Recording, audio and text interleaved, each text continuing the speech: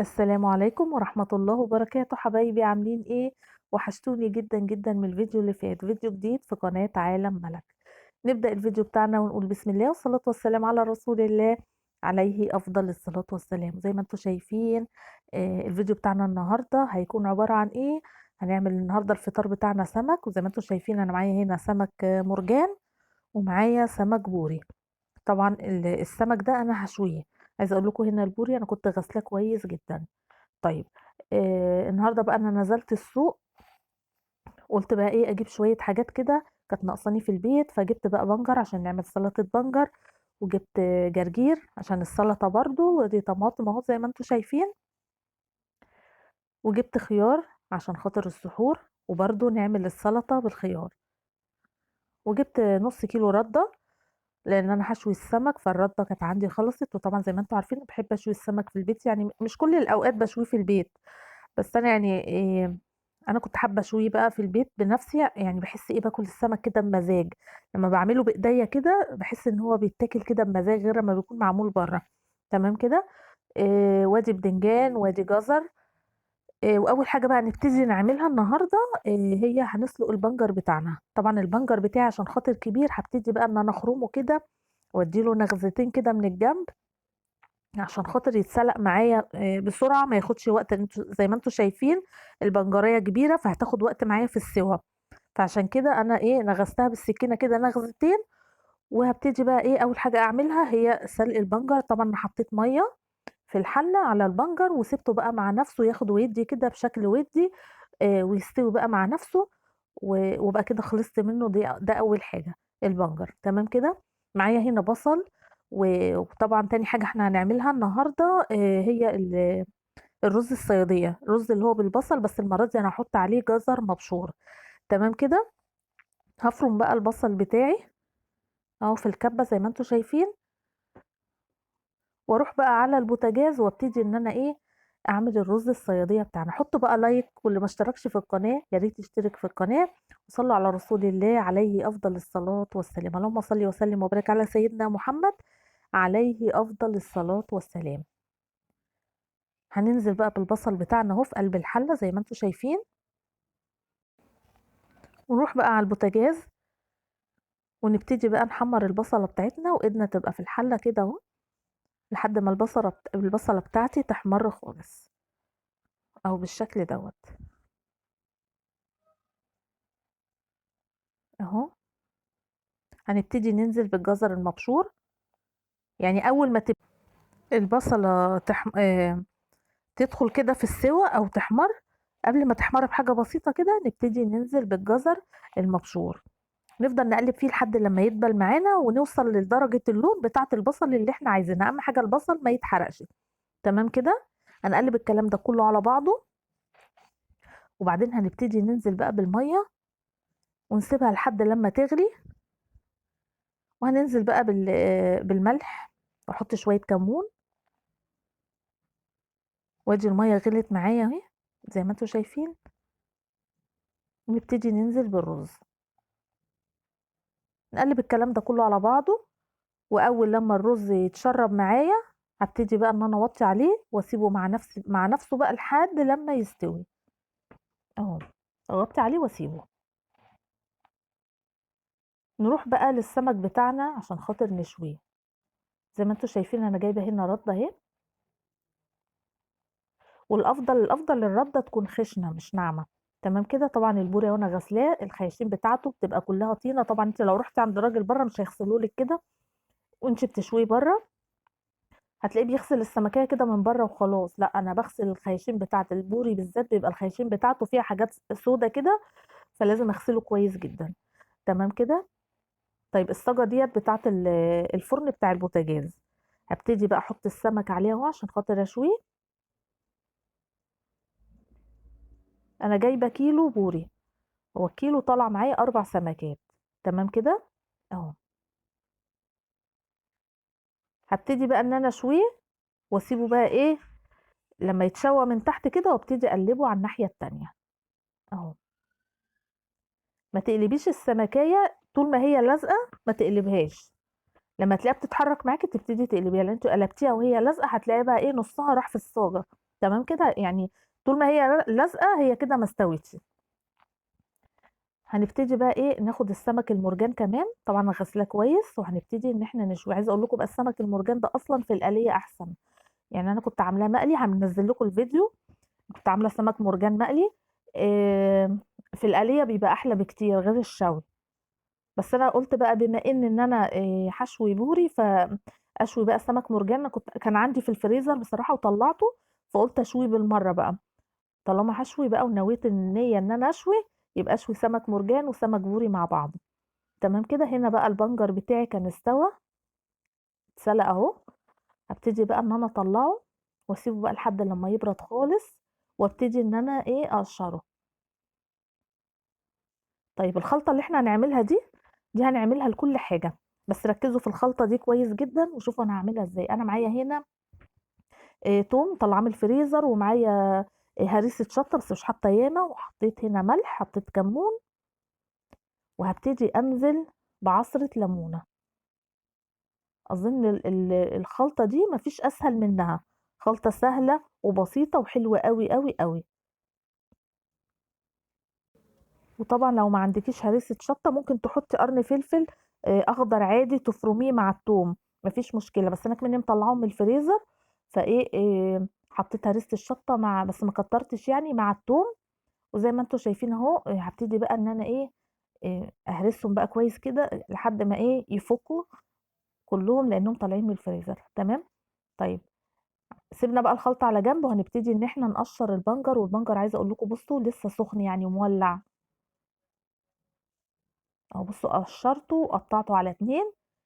وكنت جايبة بقى فراولة حبايبي، وقلت اخد شوية فراولة كده فريش، عشان كنت عايزة الفراولة عجبتني بصراحة في السوق لقيتها حلوة. فقلت اخد شوية كده اعملهم عصير بالبنجر، عصير فراولة بالبنجر، بيبقى حلو قوي قوي قوي.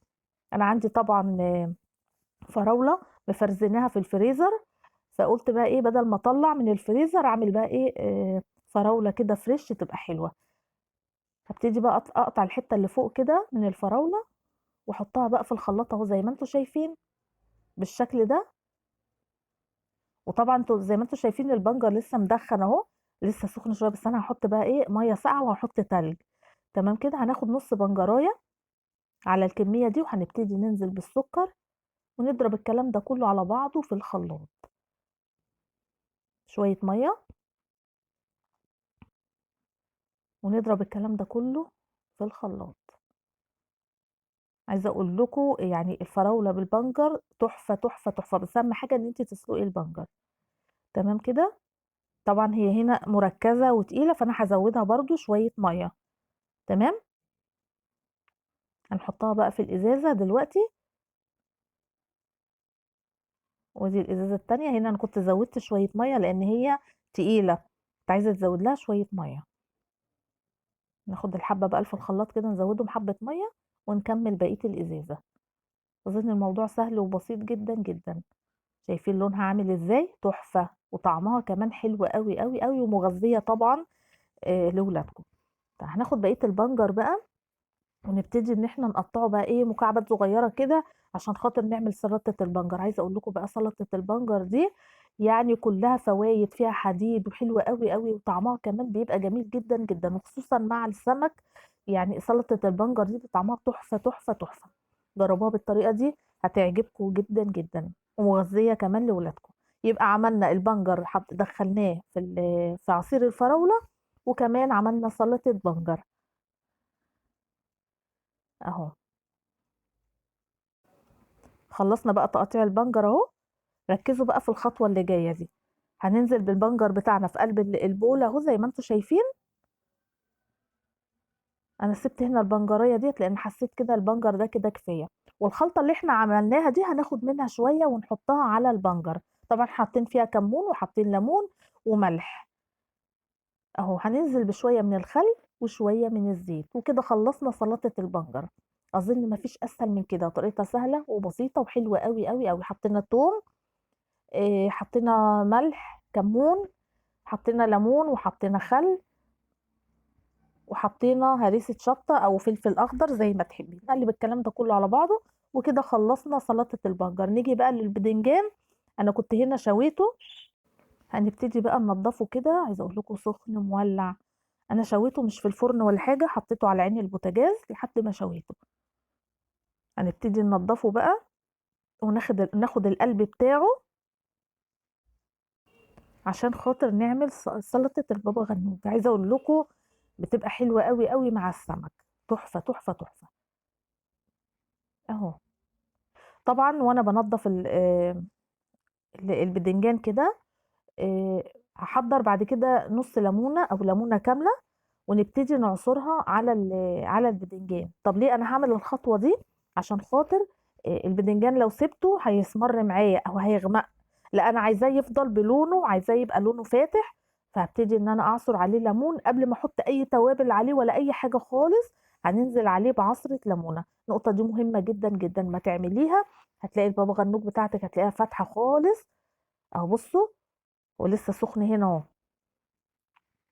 نبتدي ننزل بعصرة الليمونة بقى، عمره ما هيغمق. طالما حطيتي ليمون عمره ما هيغمق معاكي ابدا ابدا. حتى لو ما عندكيش طحينة ممكن تعمليه كده من غير طحينة. انا عايزة اقول لكم انا نسيت اصلا احط عليه طحينة، وانا عندي طحينة في التلاجة كنت عاملاها، ونسيت خالص خالص ان انا احط طحينة. طبعا الخلطة اللي احنا عملناها هنبتدي برضو نحط شوية منها على البابا غنوج بس، وشوية زيت، وكده حلو قوي قوي قوي. وتاكلوا احلى سلطه بابا غنوج. عملنا هنا البنجر، وعملنا سلطه البدنجان اللي هي سلطه البابا غنوج. تمام كده. نيجي بقى للسمك، ودينا شويناه وبقى بصوا لوز اللوز. طيب احنا عايزين نحدق السمك بتاعنا، هنحدقه ازاي؟ انا هقول لكم بقى. عارفين الخلطه اللي احنا عملناها بالثوم؟ هي الخلطه الموجوده دي هناخد منها شويه، ونبتدي ان احنا نحط عليها شويه ميه وشويه ملح، لان طبعا احنا لو حطينا ميه هتبقى لسه دلع وعايزه شويه ملح. فهندوب معاها شويه ملح، ونبتدي ننزل بالخلطه ديت على السمك. تمام كده. اهو بصوا الميه بتاعت تحديقه السمك. هننزل بقى على السمك بتاعنا اهو. طبعا احنا هنا عصير ليمون، فلو حابين ان انتوا تعصروا ليمون ممكن تعصروا، يعني دي حاجه ترجع لكم. هنجيب شويه كمان، ونبتدي بقى نحطهم برضو، وننزل على السمك بتاعنا عشان الميه اللي معايا دي ما كفتش. كده هي خلصنا السمك بتاعنا وحطيناه في الاطباق. ودي سلطة البنجر. بصوا تحفة تحفة تحفة. وعندي كمان البابا غنوج اهو، حطيناه في الطبق لان خلاص الاذان قرب جدا. وهنبتدي بقى نحضر الفطار بتاعنا. وكمان الرز كنت خلصت اهو زي ما انتم شايفين، وهنبتدي بقى ايه نحطه في البولات كده ونحطه في الاطباق. شايفين الرز عامل ازاي؟ حاجة كده فاخر من الاخر. وطبعا العصير بتاعنا النهارده هيكون عصير فراولة بالبنجر. وعندي كمان خروب كنت حاطاه في التلاجة، هبتدي ان انا اطلعه بس. وده بقى ايه كان فطارنا النهارده. اظن الفطار بتاعنا سهل وبسيط جدا جدا. اهو شايفين الرز عامل ازاي؟ تحفة تحفة تحفة. انا عايزة اقول لكم بقى ان الرخامة عندي عشان خاطر ضيقة، فيعني ايه انا معرفتش اصور كويس بقية الحاجة، يعني صورت يعني في اطباق تانية على بقية الرخامة. هنبتدي ننزل بقى بالعصير بتاعنا اهو زي ما انتم شايفين. بصوا لونه عامل ازاي. جربوه هيعجبكم قوي قوي قوي. وكمان هيغذي ولادكم، وخصوصا ان هم بيروحوا دروس بقى وكمان صايمين، فده هيسندهم شويه. وادي الخروب بتاعنا اهو. وبكده بقى نكون خلصنا فطار النهارده. يا رب الفيديو بتاع النهارده يكون عجبكم ويكون خفيف على قلبكم. ما تنسوناش بقى بدعواتكم الحلوه، لايك وشير وسبسكرايب لقناه عالم ملك. اشوفكم على خير في فيديو جديد، والسلام عليكم ورحمه الله وبركاته.